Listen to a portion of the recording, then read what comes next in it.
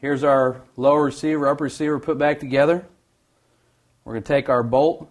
Now, one thing to remember is inside this area was your hammer. Now, if I'm kind of glance in there, I notice that my hammer is down in the down position. So I know that my bolt will slide in and it's going to fit just fine. But if you were to slide this bolt back in and it were to stop right here and it would go in maybe ½ inch, that'd mean that hammer was up. But I can tell that hammer's down, so I'm just going to slide that bolt right back in. And this is when I just kind of go over and I make sure that I'm not feeling any kind of major hiccups or snags. And I'm not feeling any.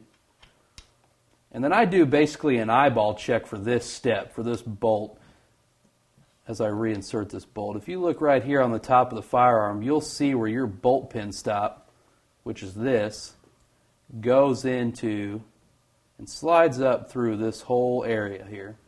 And I'm just going to look down the top and I'm going to make sure that the hole in the upper receiver, the hole in the top of my bolt, and the hole in my bottom of my lower receiver all match up.